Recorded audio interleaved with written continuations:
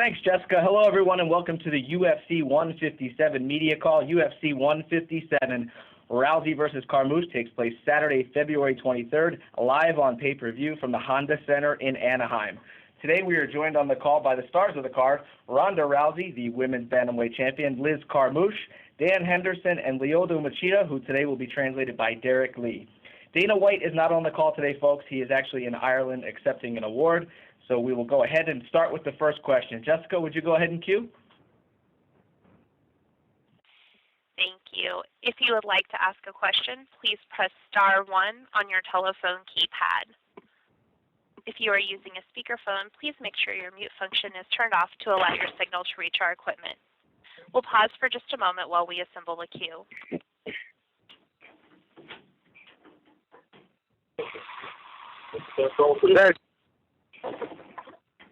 We'll take our first question from Ron Kruk of Access TV. Morning, everyone. Thanks for the time. Question for Ronda. Ronda, there's been so much publicity in this media blitz coming into this first women's UFC fight. Can you talk a little bit about and compare it to what you experienced as you were preparing and going into the Olympics? Well, there's definitely a lot more attention on this than in the Olympics. You know, there's 500-something U.S. Olympians from the U.S., and there's only really a few people on this fight card that are really spotlighted. And it's definitely a lot, but it's easier and harder at the same time because there's so much less focus on you in the Olympics that it's a lot harder work because you have to do a lot more things on your own. And now I have pretty much a whole team centered just around me, whereas for the Olympics, you were one person on a team vying for the attention of one coach. And a quick follow-up for Liz. Liz, how has the media blitz experience been for you so far? So far, it's been rewarding. I agree with Ronda. It's definitely a change from past fights. But getting to meet new people and see new faces has been great through the whole thing.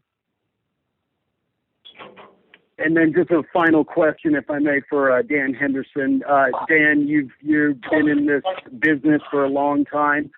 You've seen pretty much everything that this sport has had to offer, and now you're a part of this card where women are making their octagon debut. Can you talk about just your thoughts going into this card and the women coming into the UFC?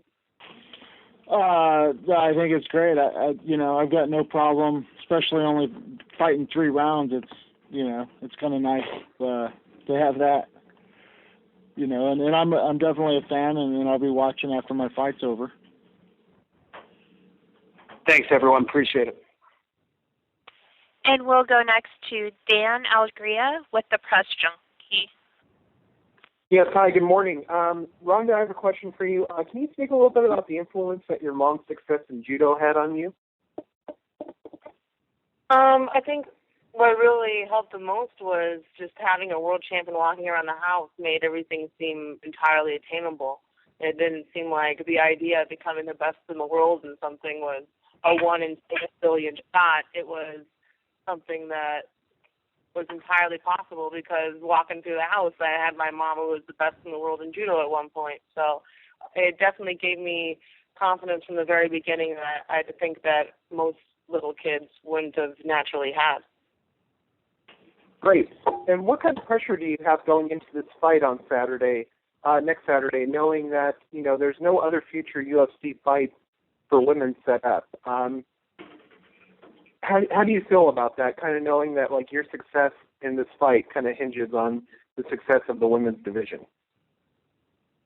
You know what? The pressure that I put on myself just for my own pride really outweighs any kind of pressure I could put on myself for anybody else's motives or anything else. So, it does seem like a very important fight and that a lot weighs on it.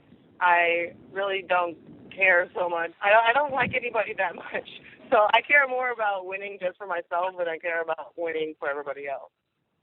Right. So it doesn't really affect me that much. Okay, and one last question for Dan Henderson. This morning we got the news that the IOC has decided to drop wrestling from the Olympics. What are your thoughts on that, being a former Olympian?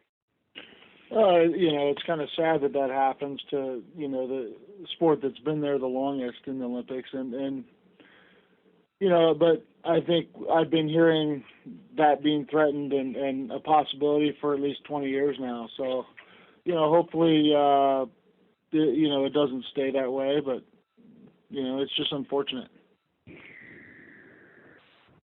Okay, thank you.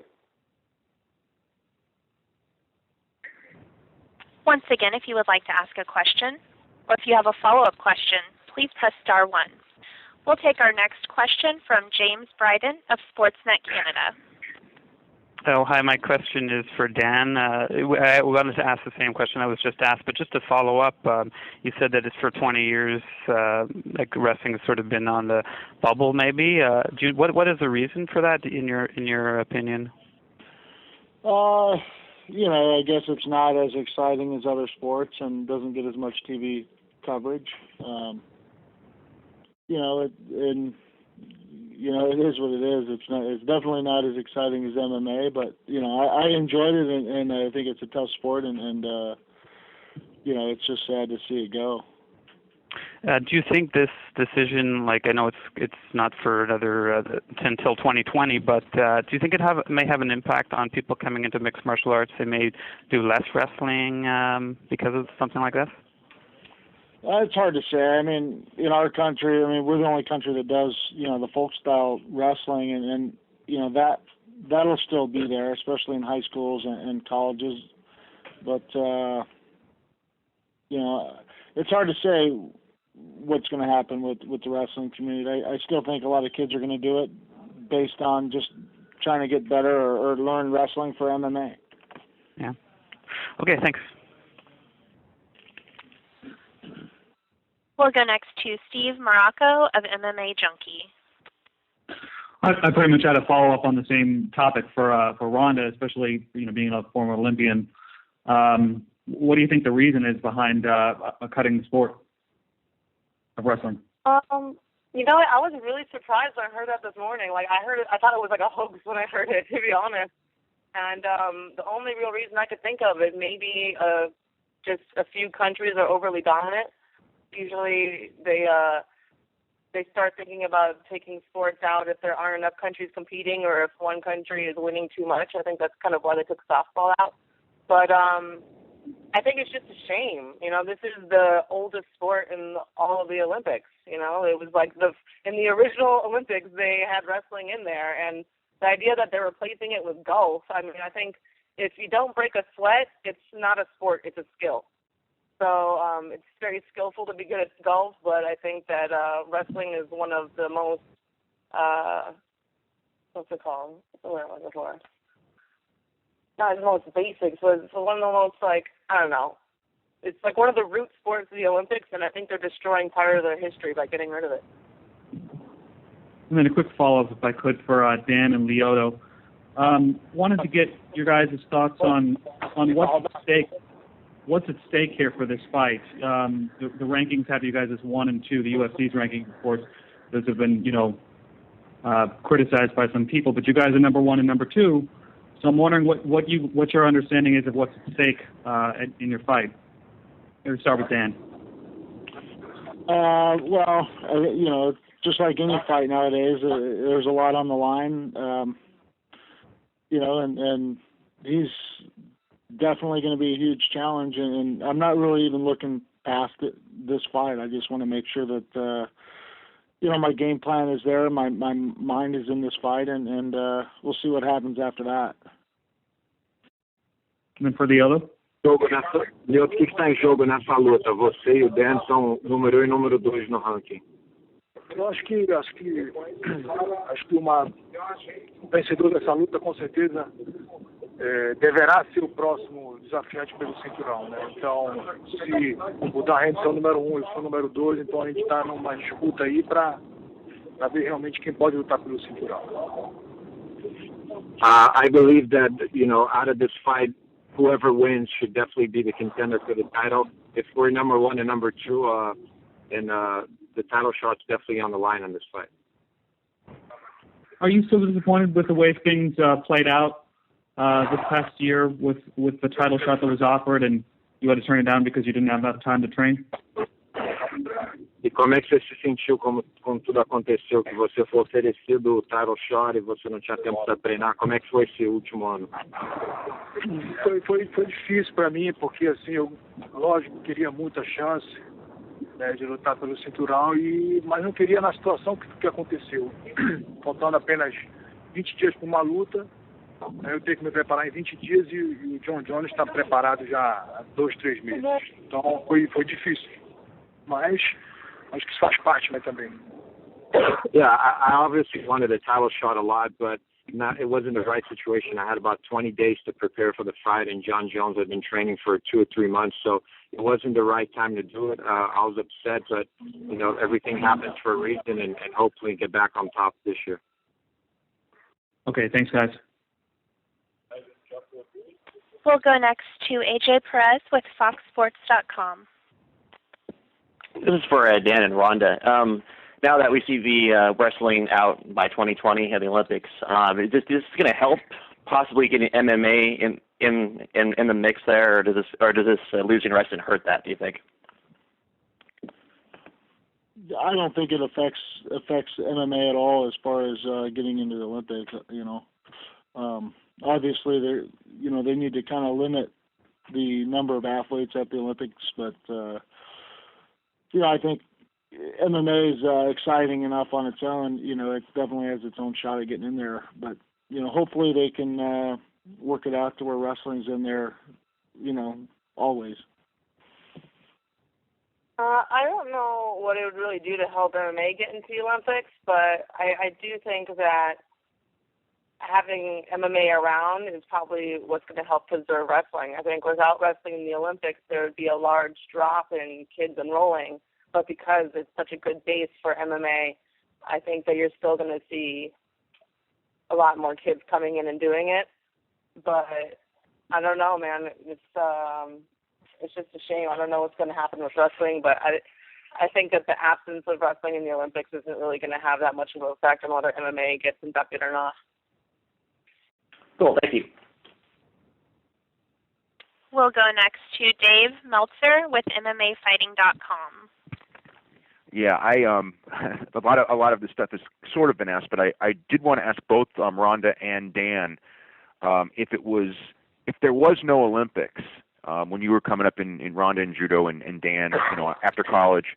I mean, would you have competed? Would you have continued competing in the sport? And how would you say your life may have changed if there was no Olympic goals to reach for either of you? I'll go with Rhonda first.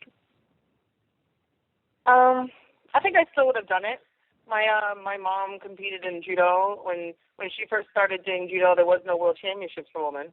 And then by the time she got to the point where she felt like she won everything that could be won, she pretty much started to move on to other things. But as soon as they added a world championships for women, she came back and she won that.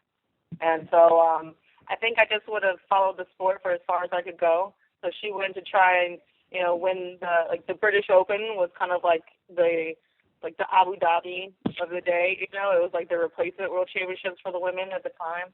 And so I would have just taken the sport as far as I could at that point. I still would have wanted to be the best at it in whatever venue was universally agreed as being the equivalent of a world championship. Okay, Dan? Yeah, I mean, I don't know. I mean, I grew up wrestling. I don't necessarily know that I was wrestling because it was in the Olympics, especially early on.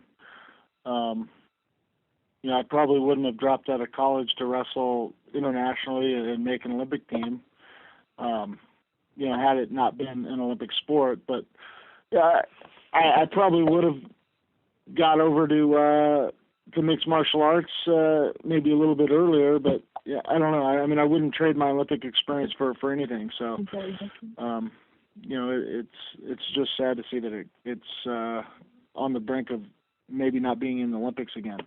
Or after. Well, also for Dan, can you kind of explain, the severity of the knee injury, how long it took to get all the way back? I mean, have you been ready, and how ready are you?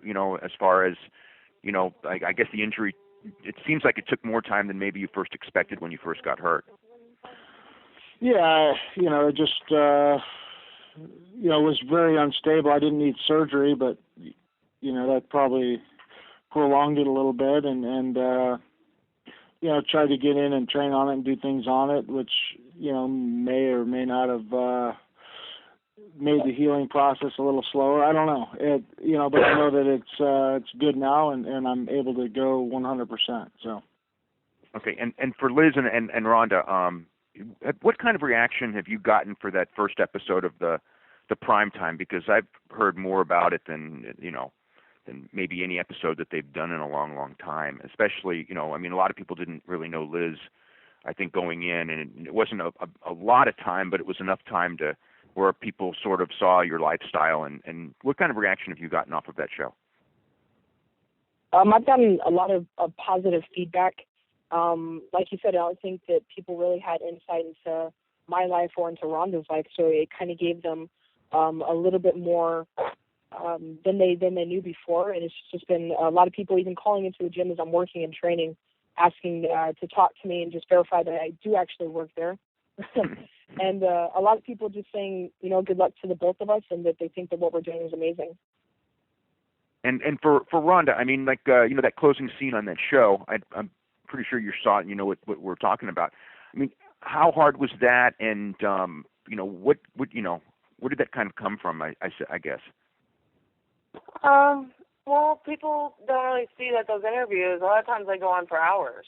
And it's like an interrogation. They try to wear you down and get you emotional. They're very good at what they do, and there's just been a lot of media, and it got to the point where there was so many people asking questions like that I think they do it in a very calculated way. Like first they ask you to think of the good memories and stuff like that, and then it just kind of brings you back when you recount the good stuff, and then they immediately jump to the hard questions. And I guess I finally got to the point where I was just really fed up with being asked to recount that over and over, and I really feel like that's the final time that I'm ever going to talk about the way that my father died. And I felt like since it was the last time I was going to say it, then I was going to tell the story in the best way that I could.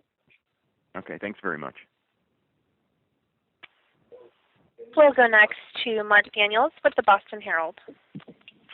Thanks. My question's for Rhonda. Rhonda, I think it was around 2003 when you were 16. You kind of moved across the country to Massachusetts to train under Jimmy Pedro Jr.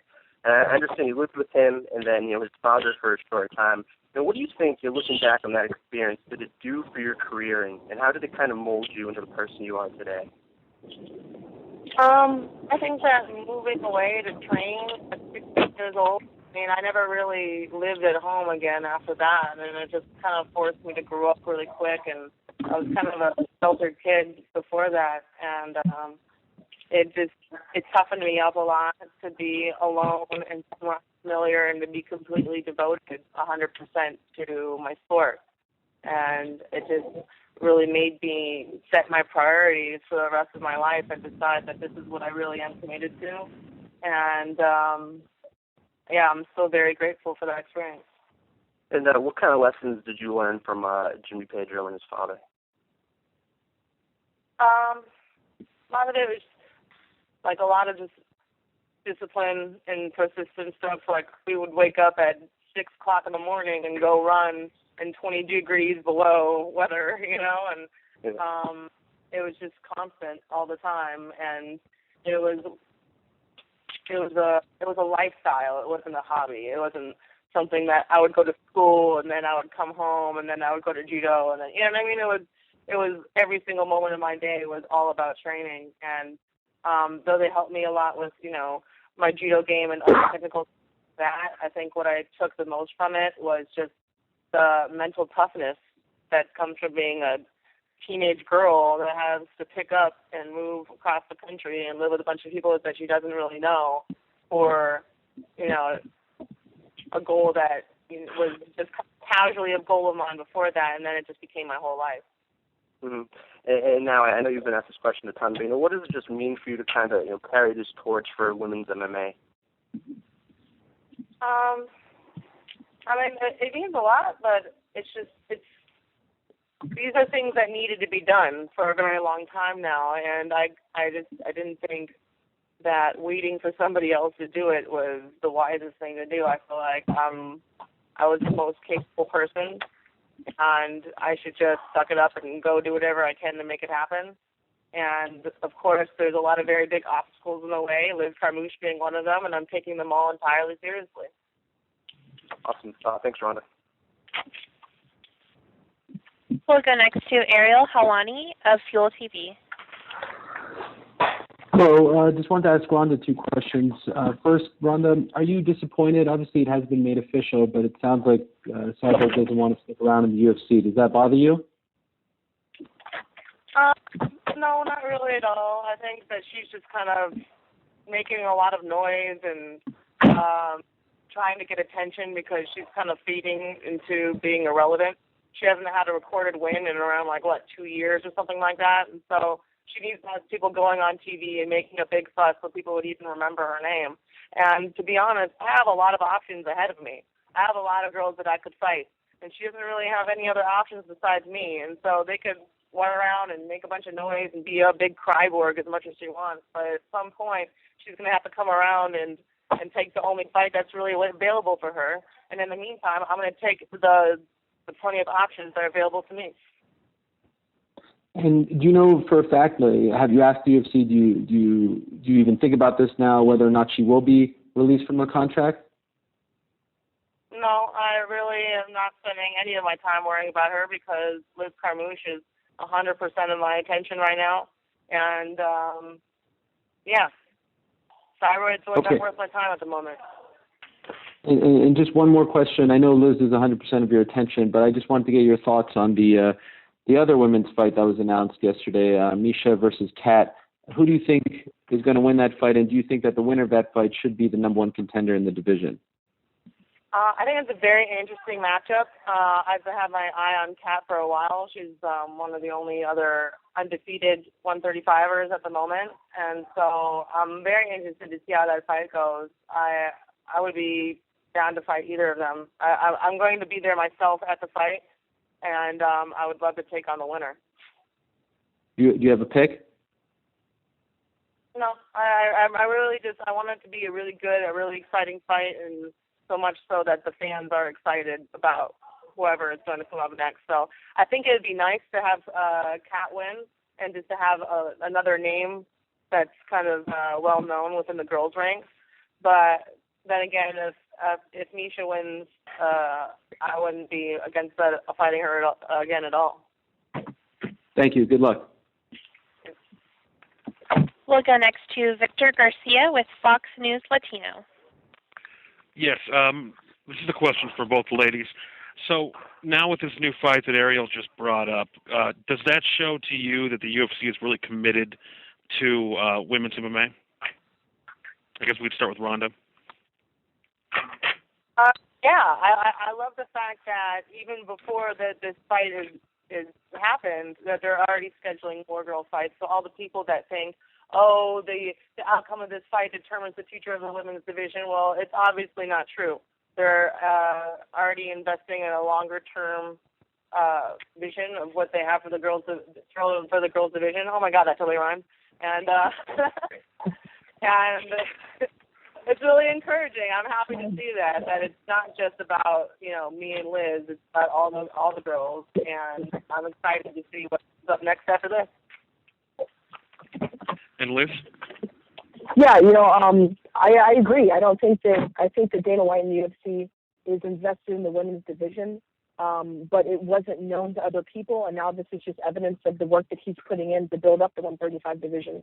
I don't think that he'd make a title fight between myself and Rhonda if he didn't actually want to have a whole division that would follow after that. So it's great to see that something's lined up and that more people are starting to sprinkle in now. Thanks, ladies. We'll go next to Daniela Navarro with El Universal. Hey, my question is for Rhonda. What is the most important moment in your career? When you won the medal in Beijing or your first title defense on UFC?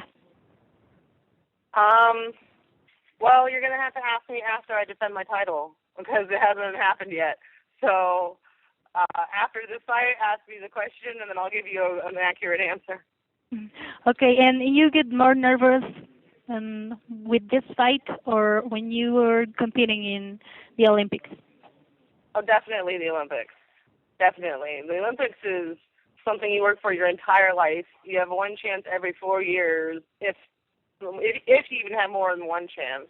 And in judo, it's like you could slip at any moment and fall on your back, and that's it. There's much less room for error in judo than there is in MMA, and there's much fewer chances to win an Olympic gold medal than to win a title. There's always a new fight every couple of months, but there's only one Olympics every 4 years. So there's nothing that could ever compare to the pressure of an Olympic Games, and that's why I feel like I'm so well prepared for this UFC fight. When did you decide to pass from judo to the UFC? What, sorry? Yeah. What defined your decision to pass from judo to the UFC?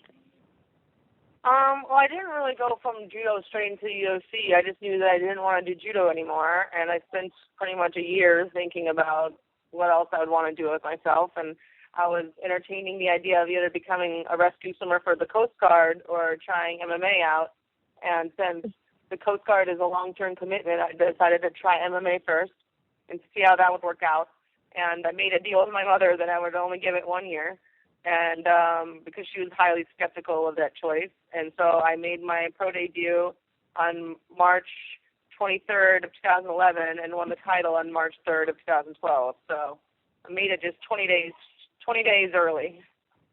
Okay, thank you. And once again, if you would like to ask a question or if you have a follow-up question, please press star 1 on your telephone keypad. We'll take our next question from Damon Martin with BleacherReport.com. Yeah, my first question is for Rhonda. Rhonda, you kind of touched on it already with the primetime thing, but the primetime, you've got the Real Sports thing coming up on HBO next week. You've done a lot of media and a lot of attention for this fight. Has any of it been a distraction? You hear a lot of fighters say they don't like doing that much before a fight. Has any of it served as a distraction for you? I don't know if you guys are aware of this, but during this conference call, I got my hands wrapped, and I'm already shadow boxing, and my sparring partner just got here. And the second I get off the phone with you guys, I'm going to go and try and knock her around.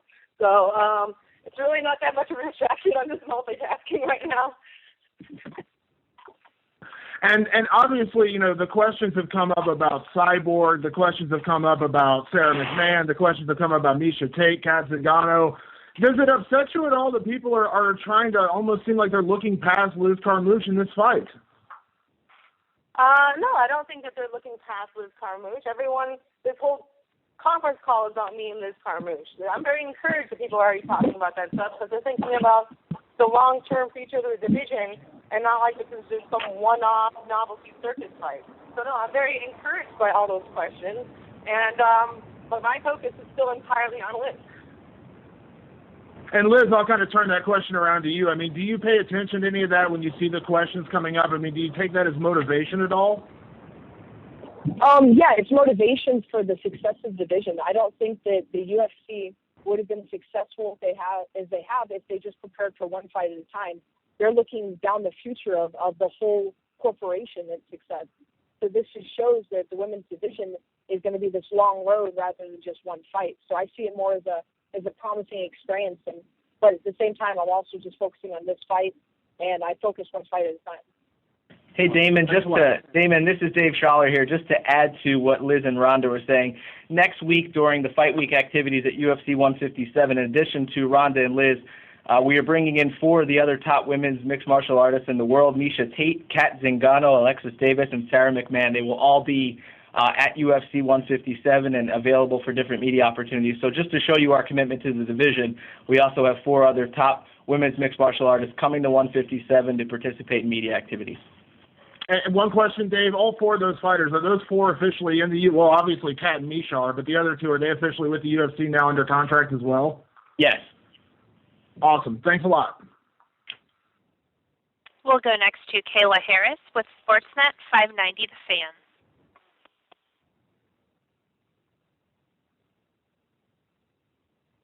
Kayla, are you there? All right, let's go next to Gabrielle Morera with the Daily Sundial.